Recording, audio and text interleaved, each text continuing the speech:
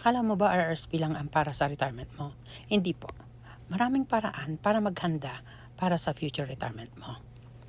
Kahapon, di ba pinag-usapan natin ang tungkol sa retirement readiness? Ngayon naman, let's talk about the different options para makapag-ipon ka para sa iyong retirement, para maging retirement ready ka. So, ito nga po.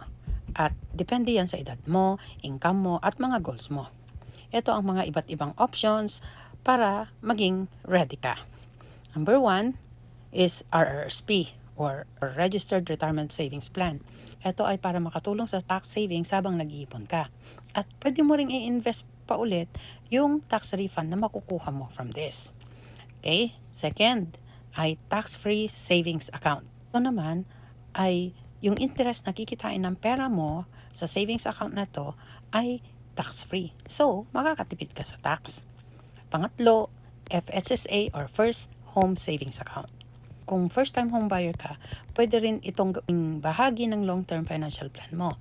Example, mag-invest ka sa FSSA para makatipid ka sa tax. Tapos, pag bibili ka na ng bahay, gagamitin mo itong FSSA mo para pang down payment. At dahil nag-appreciate na ang value ng bahay mo, pag nag-retire ka at gusto mo nang ibenta, yun, gagamitin mo na yun para sa iyong retirement. Pang-apat ay non-registered investment. Ito naman para sa mga gusto pang mag-invest beyond their contribution limits. Ibig sabihin, na-maximize mo na yung limit mo sa RRSP, FSA, or FSSA. Ito nga lang, syempre, mayroong tax component ito. Pero at least, nakakapag-invest ka pa din. Pang-lima, permanent life insurance with cash value.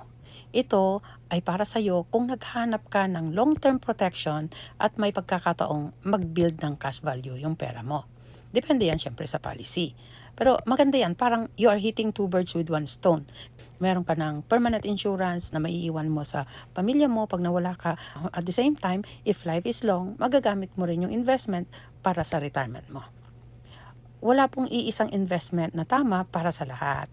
Ang pinakamagandang retirement plan po ay yung akma sa sitwasyon at goals mo.